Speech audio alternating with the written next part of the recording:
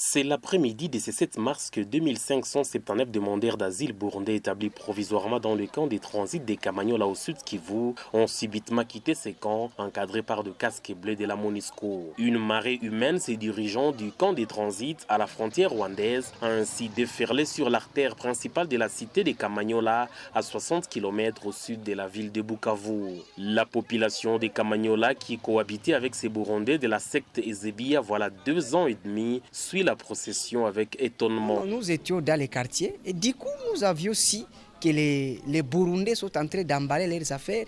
Ils ont ouvert la porte et par après on leur a vu le long de la route en train de se diriger vers le Rwanda, tout juste vers le Rwanda. C'est un mouvement, c'est un déplacement qui n'est pas habituel.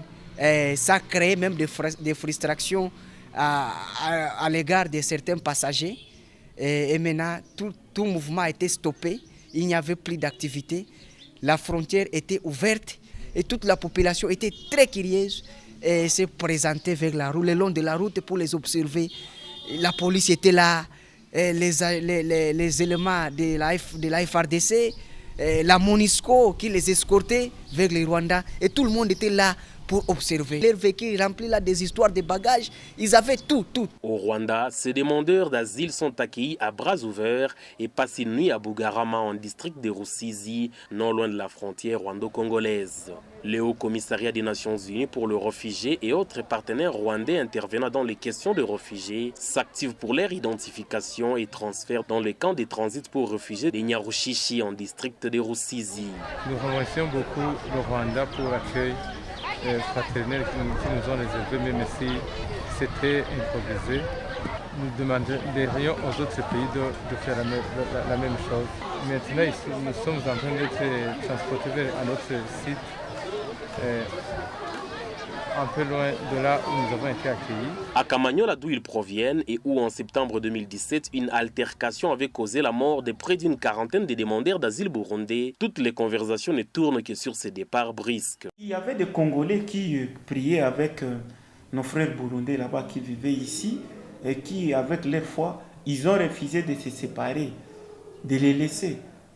Et qui nous avait déclaré devant les autorités qui sont prêts de les suivre partout où ils seront.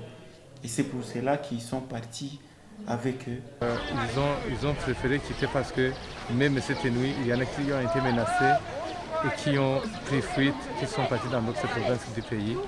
Donc, s'ils ont fui le Kamanyola, ils étaient en insécurité.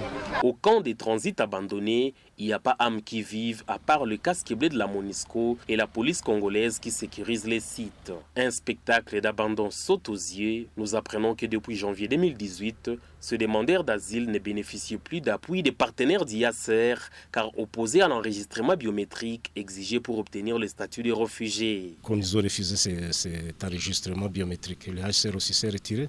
Mais on les a suppliés à maintes reprises et on a sensibilisé ces gens pour qu'ils acceptent l'enregistrement biométrique. Et pour des raisons de croyance, ils ont refusé. C'est comme ça qu'ils vivaient dans des conditions difficiles ici, dans ce site. Mais malgré ça, la communauté de Kamanyola qui a toujours apporté assistance à ces gens ne les a pas délaissés. Ils allaient dans leurs champs chercher de quoi manger, chercher du bois de chauffe dans leurs champs. C'est comme ça qu'ils vivaient. Pour les réfugiés déserteurs du camp des Kamanyola, l'insécurité reste la raison de leur départ. Nous réitérons notre sentiment religieux, c'est qu'on n'adhère pas à l'enregistrement biométrique. Ce n'est pas cela qui nous a poussé à quitter, mais plutôt il y avait une insécurité grandissante. Je demanderai à la communauté internationale de venir chaque fois en aide aux groupes vulnérables, chaque fois que de besoin. Des sources proches de la Commission nationale pour les réfugiés CNR, un organe technique du gouvernement congolais en matière de réfugiés, nous apprenons que plus de 40 000 autres réfugiés burundais établis dans les cas de Lusenda et Mulongwe se sont conformés à l'enregistrement biométrique et ont obtenu le statut de réfugié. Tout le monde est donc parti, le camp est vide. Ils se sont donc rendus au Rwanda en direct du camp de Kamanyola déserté. Ernest Mouero pour La Voix de l'Amérique.